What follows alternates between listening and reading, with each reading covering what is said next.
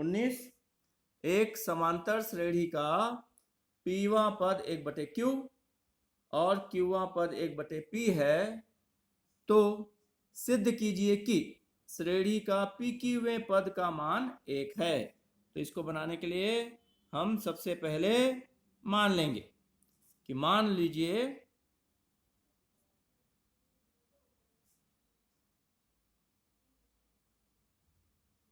समांतर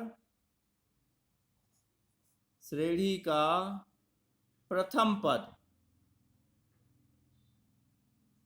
समांतर श्रेणी का प्रथम पद A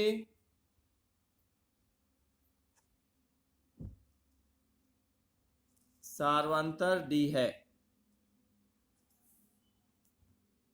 समांतर श्रेणी का प्रथम पद A सार्वंतर D है। अब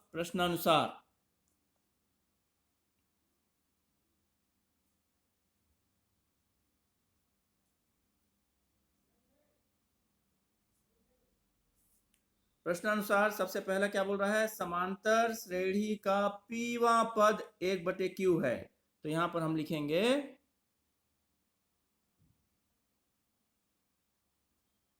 समांतर श्रेणी का पीवा पद बराबर 1/q। पीवा पद बराबर 1/q प्रश्न के अनुसार। अब पीवा पद आपको पता है, क्योंकि एनवा पद का सूत्र होता है a + n-1 इंटू डी। तो पीवा पद का सूत्र क्या होगा, दिस इंप्लाइज क्या मिल जाएगा, a + n के जगह यहाँ पर क्या है, एनवा पद के जगह यहाँ पर पीवा पद है, मतलब n के जगह p है। तो क्या हो जाएगा, a + p-1 इंटू डी बराबर 1/q। ये हो गया हमारा समीकरण नंबर 1। समीकरण नंबर 1। इसके बाद तथा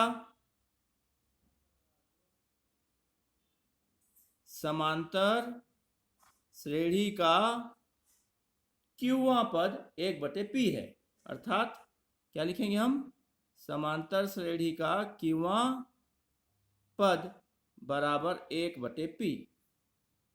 1/p।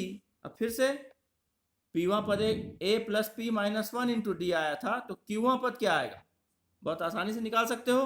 तो दिस इंप्लाइज क्या मिल जाएगा, a + q-1 इंटू डी बराबर 1/p। समीकरण नंबर 2।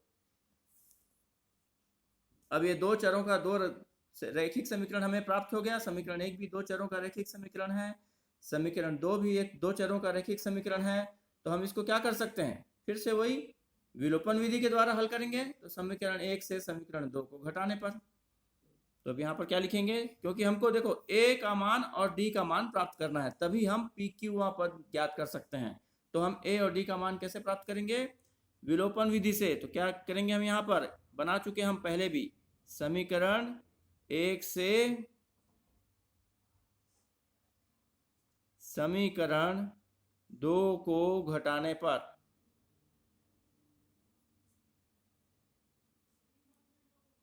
तो घटाएंगे। तो समीकरण 1 को मैं पहले लिख रहा हूं, देखिए ये हो गया a + p-1 इंटू डी बराबर 1/q। और दूसरा समीकरण है a + q-1 इंटू डी बराबर 1/p। अब इसको घटाना है, तो घटाने के लिए मैं क्या बोला था, हमको एक लाइन खींच देनी है, और इस लाइन के बाद नीचे का जो पद है उसका सभी पदों का चिन्ह को बदल देना है। तो ये धन a था, ये क्या हो जाएगा, ऋण a। ये भी धन है, ये भी क्या हो जाएगा, ऋण। और यहाँ भी धन है, ये भी क्या हो जाएगा, ऋण। तो क्या होगा, a से -a कैंसिल। और यहाँ पर देखिए जब घटाएंगे तो कैसे घटेगा, दोनों में d है, d दिख रहा है, तो मैं d को क्या कर रहा हूँ, कॉमन ले रहा हूँ। ध्यान दीजिएगा, इस पद में भी d है और q-1 इंटू डी इसमें भी d है, तो दोनों में उभयनिष्ठ क्या है, d। तो d को मैं उभयनिष्ठ ले लिया। तो देखिए अब अंदर क्या बच जाएगा, p-1 घटा रहे हैं, इससे क्या आएगा, माइनस क्या आ जाएगा, q-1 कोष्टक बंद बराबर, इधर से क्या हो जाएगा, 1/q minus 1/p, 1/q minus 1/p घटा रहे हैं हम। अब देखिए इसको कोष्टक को हटाइए, अंदर छोटा कोष्टक पहले हटेगा तो क्या मिलेगा देखते हैं। यहाँ हो गया ये d, इस p माइनस 1 के आगे धन का चिन्ह है यहाँ पर, मतलब इसके कोष्टक हटाएंगे तो इसके अंदर के पदों का चिन्ह नहीं बदलेगा, वैसे ही रहेगा। तो ये हो गया p माइनस 1, और q माइनस 1 के कोष्टक के बाहर ऋण का चिन्ह है। अब अगर कोष्टक हटाएंगे तो अंदर के पदों का चिन्ह बदल जाएगा, क्योंकि ऋण का अंदर गुणा हो जाता है। तो ये धन क्या बन जाएगा, ऋण q, और ये ऋण क्या बन जाएगा, धन 1 बराबर। अब इसको भी हल करना है, तो यहाँ पर ये परमेय व्यंजक दिख रहा है, तो यहाँ पर हम क्या करेंगे, लघुत्तम निकालेंगे। तो लघुत्तम q और p का लघुत्तम क्या होगा, pq, p into q, pq। अब q से पहले परमेय व्यंजक से भाग दो, तो q से q कैंसिल हो जाएगा, बचेगा क्या, भागफल p का गुणा अंश 1 से, तो p एकम p माइनस, उसी तरीके से जब p से भाग देंगे तो p से p कैंसिल हो जाएगा, बचेगा q का गुणा 1 से हो जाएगा, तो q एकम q। देखिए बहुत सरल है, थोड़ा सा ध्यान देके आप देखते रहिएगा और इसको साथ में बनाते रहिए। अब देखिए यहाँ पर अब जोड़ना घटाना कीजिए, तो -1 + 1 मतलब 1 में से 1 गया 0, अर्थात ये दोनों क्या हो जाएगा, कट गया। तो क्या बच गया देखिए d, अब मैं बड़ा कोष्टक को छोटा कोष्टक बना रहा हूं, क्यों, अब यहाँ पर क्या बच गया अंदर में, p माइनस q बराबर p माइनस q बटे pq। अब हमको d का मान मिलने वाला है, तो d का मान निकालने के लिए इस p माइनस q को इधर पक्षांतर करना पड़ेगा। चूंकि इन दोनों के बीच में यहाँ गुणा का चिन्ह है, तो p माइनस q दाहिने पक्ष में आके भाग में आ जाएगा। तो d बराबर क्या मिल रहा है देखिए, तो यहाँ पर आ गया d बराबर p माइनस q बटा pq गुणित, ये दाहिने पक्ष में आएगा तो इसके बटे में क्या है, 1 है, बटे में क्या है 1, तो पलट जाएगा ये क्या बन जाएगा, 1/p माइनस q। तो ये दोनों p माइनस q से p माइनस q भाग चले जाएगा एक बार, तो क्या बच गया, d का मान कितना आ गया, इसका मतलब d बराबर हमको मिल गया 1/pq।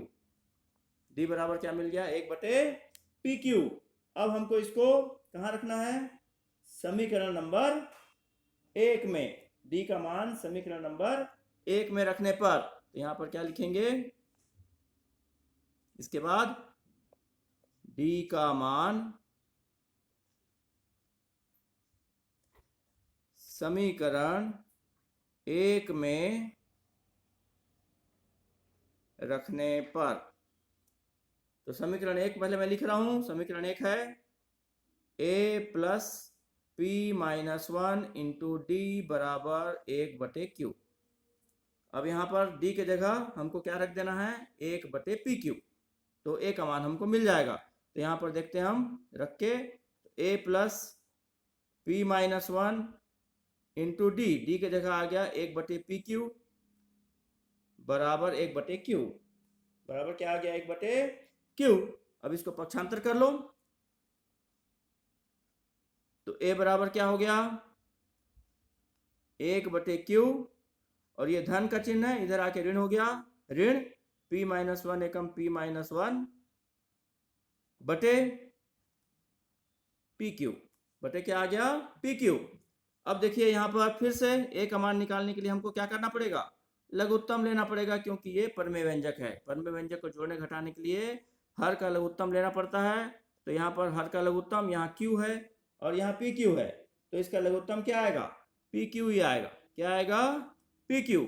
अब पहले परमेय व्यंजक के हर से भाग दो, तो q से q कैंसिल हो गया, बचा p एकम p माइनस pq से pq पूरा भाग चल जाएगा, कितने बार, pq एकम pq मतलब एक बार, 1 का गुणा p माइनस 1 से होगा, तो क्या बचेगा, p माइनस 1 ही बचेगा।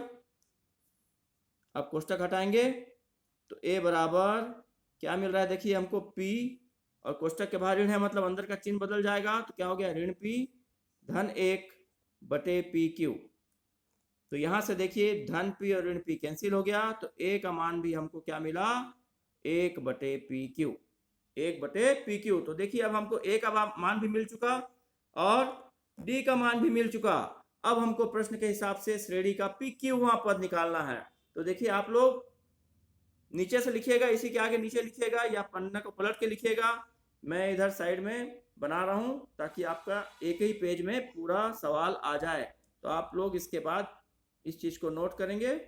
देखते हैं अब यहां क्या निकालेंगे हम। इसलिए समांतर श्रेणी का पी क्यूवां पद, पी क्यूवां पद, समांतर श्रेणी का पी क्यूवां पद। फिर से सूत्र क्या बन जाएगा, ए प्लस, अब एन के जगह पी क्यू है तो A plus P Q minus one into D, A plus P Q minus one into D. और ए और डी का मान हम निकाल चुके हैं तो यहां रखते हैं। ए बराबर कितना है, 1 पी क्यू धन P Q minus one into D. D का मान कितना है, फिर से 1 पी क्यू। अब इसको हल करने के लिए फिर से लघुत्तम, लघुत्तम कितना आएगा बताइए, पी क्यू और पी क्यू, यहां हर में पी क्यू है और यहां भी हर में पी क्यू है, तो लघुत्तम कितना आएगा, पी क्यू। फिर से हर से भाग दो तो पी क्यू एकम पी क्यू, पी क्यू से पी क्यू एक बार कट जाएगा, भाग चला जाएगा, एक एकम एक धन। यहां पर देखिए फिर से पी क्यू से भाग देंगे तो पी क्यू से पी क्यू कितने बार कटेगा, एक बार, एक का गुणा पी क्यू माइनस वन से हो जाएगा तो क्या आ जाएगा, पी क्यू माइनस वन। अभी हमारा उत्तर आने वाला है, उत्तर हमारा एक आना चाहिए। देखते हैं एक आता है कि नहीं। तो पहले कोष्टक हटाएंगे, एक धन, क्योंकि कोष्टक के बाहर धन है, कोष्टक हटाएंगे तो पदों का चिन्ह नहीं बदलेगा, वैसे ही रहेगा। तो ये हो जाएगा पी क्यू माइनस वन बटे पी क्यू, धन एक ऋण एक कैंसिल हो गया। तो हमारे पास क्या बच गया, देखिए बराबर पी क्यू बटे पी क्यू। और फिर पी क्यू से पी क्यू कितने बार भाग चला जाएगा, पी क्यू एकम पी क्यू। तो ये हो गया हमारा उत्तर आ गया एक। क्योंकि सिद्ध करना था इसीलिए ये सिद्ध हो गया, इति सिद्धम।